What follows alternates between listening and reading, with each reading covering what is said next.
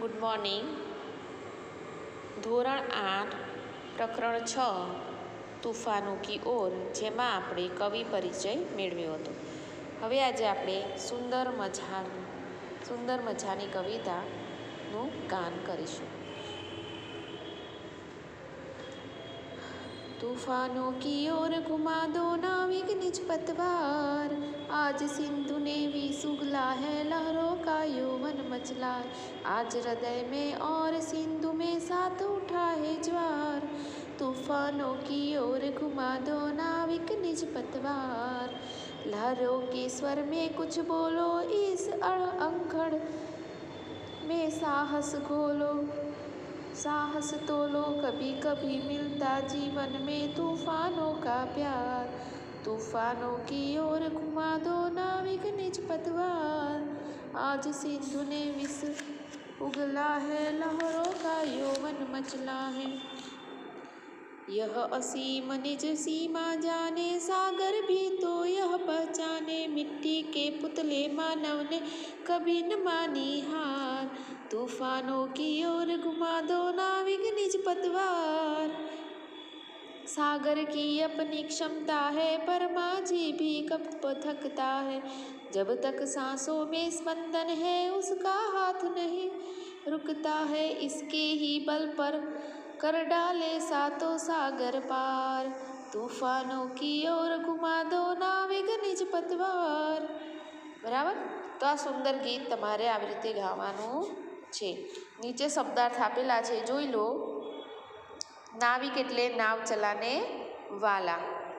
પછી મલ્લાહ એટલે મલ્લાહ અને માઝી એટલે મલ્લાહ અને માઝી પણ થાય નાવિક એટલે. નીજ એટલે અપના. પતવાર એટલે નાવ ચલાને વાલી લકડી. ચપ્પુ એટલે લકડી યાની ચપ્પુ. બરાબર. એનો આકાર કેવો હોય છે? ચપ્પુ જેવો આકાર હોય છે. જે નાવ એટલે નાવડી ચલાવવાનું જે પેલી હોય છે, શું કહેવાય એને? આપણે શું કહીએ છીએ? ચપ્પુના આકારનું હોય છે. બરાબર. જ્વાર, તુફાન. જ્વાર એટલે તુફાન. સમુદ્રમાં જે તોફાન આવે છે, બરાબર, તો સમુદ્ર કે પાણી કા बढ़ना, સમુદ્ર કે પાણી કા बढ़ना. પછી અંધડ એટલે આંધી. આંધી આવે ને એને અંધડ કહેવાય. અસીમ એટલે સીમાહીન, जिसकी कोई सीमा न हो. ક્ષમતા એટલે શક્તિ યા યોગ્યતા. સ્પંદન એટલે ચેતના. પછી ધડકન, ચેતના અને ધડકન બંને થાય. બલ પર એટલે સહારે. બરાબર. ચલો હવે આપણે આ સુંદર કવિતાને સમજીશું.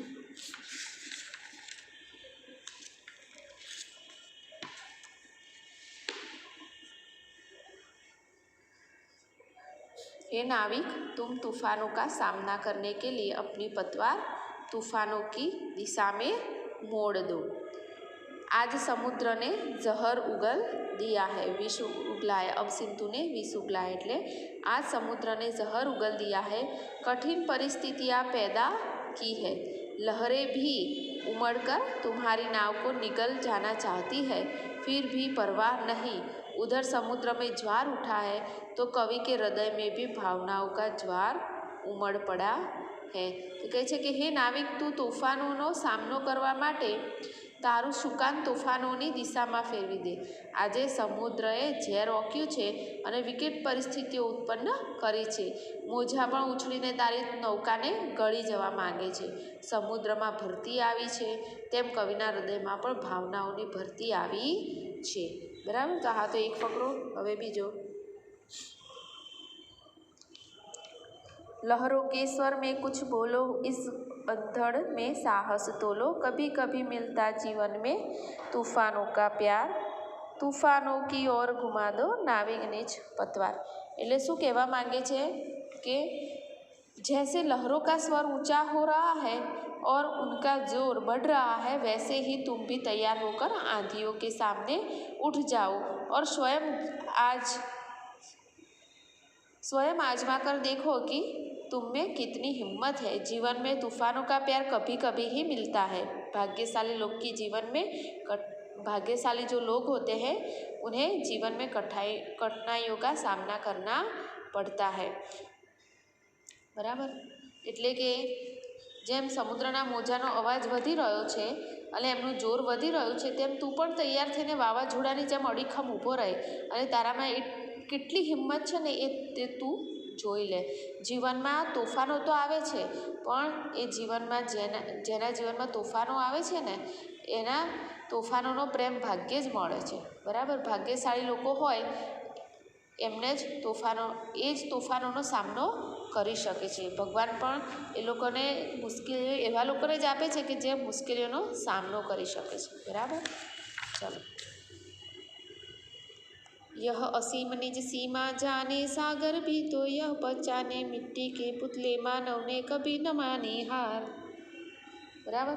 तो શું કહે છે કે यह समुद्र और वह तूफान आज असीम दिखाई देते हैं, इनका सामना शायद ही कोई कर सकता है, लेकिन मनुष्य सब कुछ कर सकता है. हे नाविक, तुम अपनी नाव लेकर चलो और सागर को भी बता दो कि मानव मिट्टी का पुतला है, पर समुद्र के सामने हार नहीं मानेगा. मनुष्य ने कहीं भी अपनी हार नहीं मानी. એ છે કે આ સમુદ્રને તે તોફાન આજે અસીમ દેખાય છે, તેમનો સામનો ભાગ્યે જ કોઈ કરી શકશે, પરંતુ મનુષ્ય બધું જ કરી શકે છે. એટલે હે નાવિક, તું તારી નાવને લઈ અને તું નીકળી પડ અને સાગરને પણ દેખાડી દે કે માનવી ભલે માટીનો બનેલો છે, માનવી માટીનું પૂતળું છે, છતાં પણ સમુદ્રની સામે એ હારશે નહીં. મનુષ્યએ ક્યાંય પણ કદી પોતાની હાર માની નથી. હવે નીચે જુઓ. सागर की अपनी क्षमता है, पर माझी भी कब थकता है, जब तक सांसों में स्पंदन है उसका हाथ नहीं रुकता है, इसके ही बल पर कर डाले सातों सागर पार, तूफानों की ओर घुमा दो नाविक निज पतवार. बराबर. એટલે કહે છે कि समुद्र के पास उसकी अपनी लहरों की शक्ति है, पर माझी के पास भी हिम्मत है, आत्मविश्वास है. वह थकना नहीं जानता है. जब तक नाविक की सांसें चल रही है तब तक वह अपनी नाव आगे बढ़ाता ही रहेगा. तुमने अपनी हिम्मत और ताकत के सारे 7 समुद्र पार कर डाले हैं. अपनी नाव के साथ इसी प्रकार आगे बढ़ते रहो. हे नाविक, तुम अपनी पतवार तूफानों की ओर घुमा दो. તો શું કહે છે? સમુદ્રની પાસે તેના મોજાની તાકાત છે, પણ નાવિક પાસે તો હિંમત અને આત્મવિશ્વાસ છે. બરાબર. થાકને તે ગણકારતો નથી અને જ્યાં સુધી નાવિકનો શ્વાસ ચાલી રહ્યો છે ને ત્યાં તે પોતાની નૌકા આગળ ધપાવતો જ રહેશે. એ નાવિક, તે તારી હિંમત અને તાકાતના બળે 7 સમુદ્રો પાર કરેલા છે, માટે પોતાની નૌકા સાથે આગળ વધતો રહે. એ નાવિક, તારું સુકાન તોફાનની તરફ ફેરવી દે. બરાબર. તો આ કાવ્યની સમજૂતી અહીંયા પૂરી થાય છે. તમારે હોમવર્કમાં એકવાર કવિતા લખવાની છે. બરાબર. હોમવર્ક એકવાર કવિતા લખો, એટલે આખી કવિતા તમારે એકવાર લખવાની છે.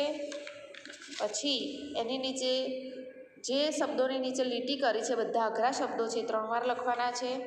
બરાબર. અઘરા શબ્દો 3 વાર લખો અને એકવાર નોટમાં શબ્દાર્થ તમારે એકવાર નોટમાં લખવાના છે. બરાબર. હવે આવતા વિડીયોમાં આપણે અભ્યાસ સમજીશું. બાય.